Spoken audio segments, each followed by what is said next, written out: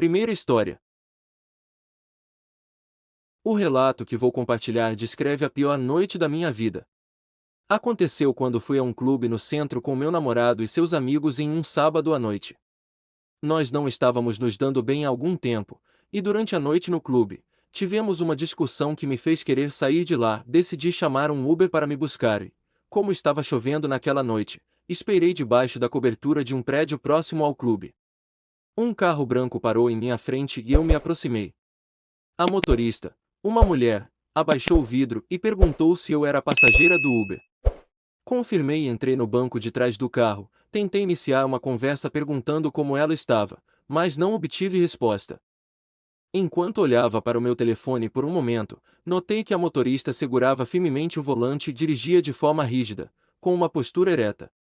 Ela tinha cabelos cacheados e uma pele ligeiramente mais escura. Seguíamos por uma rua que costumava usar para ir para casa, mas estávamos indo em direção oposta, o que me deixou intrigada. Mesmo assim, decidi não questioná-la. Talvez ela estivesse seguindo por um caminho diferente. À medida que nos afastávamos cada vez mais da minha casa, minha preocupação e frustração aumentavam.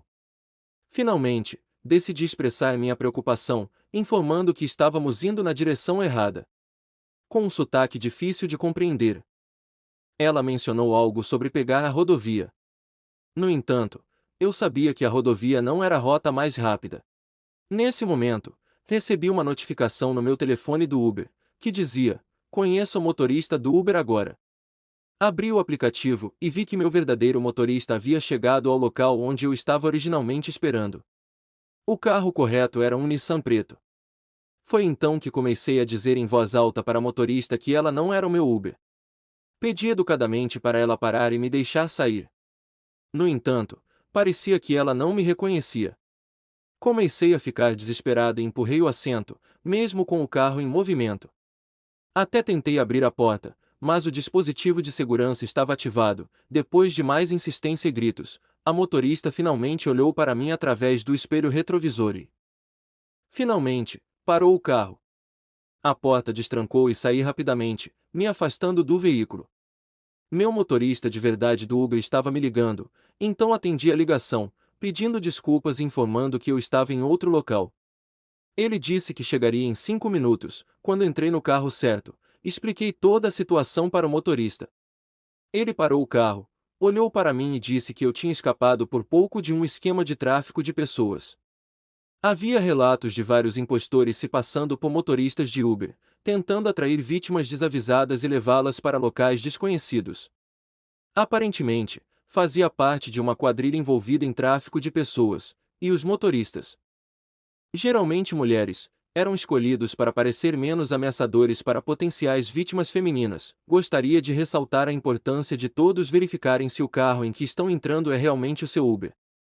Foi uma experiência aterrorizante, mas por sorte consegui escapar dessa armadilha. Portanto, estejam sempre atentos e cuidadosos ao utilizar serviços de transporte compartilhado. Segunda história. Uma noite em um estado de embriaguez moderada, após sair de um bar, comecei a enviar mensagens para pessoas no Tinder. Uma garota chamada Alice havia me enviado uma mensagem, então respondi. Ela respondeu quase imediatamente, perguntando o que eu estava fazendo naquela noite.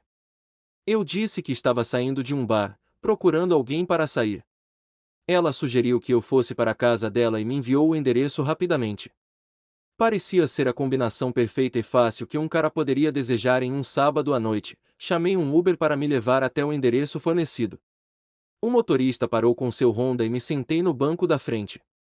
Normalmente, eu iria para o banco de trás, mas, estando moderadamente embriagado e me sentindo mais sociável, decidi sentar na frente.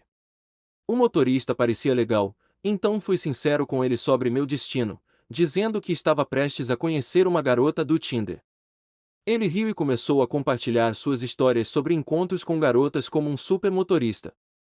No caminho, pedi o número de telefone de Alicia e ela me deu. Comecei a enviar mensagens para ela e ela respondia normalmente. Quando chegamos ao suposto endereço, o motorista comentou que a casa lhe parecia familiar. Eu admiti que também me parecia um pouco estranha, já que não havia carros na garagem e as luzes estavam apagadas. Ele me alertou para ter cuidado. Agradeci e me despedi dele enquanto ele dirigia mais adiante e parava perto do fim do quarteirão, presumindo que ele estivesse esperando por outra chamada. Caminhei até a casa e tentei tocar a campainha, mas não ouvi som algum vindo do interior. Bati na porta e tentei ligar para Alicia, mas a chamada foi direcionada para a caixa postal após um toque. No entanto, ela me mandou uma mensagem dizendo: "A porta está aberta, entre." Nesse momento, ouvi uma batida na janela, que quase me causou um susto.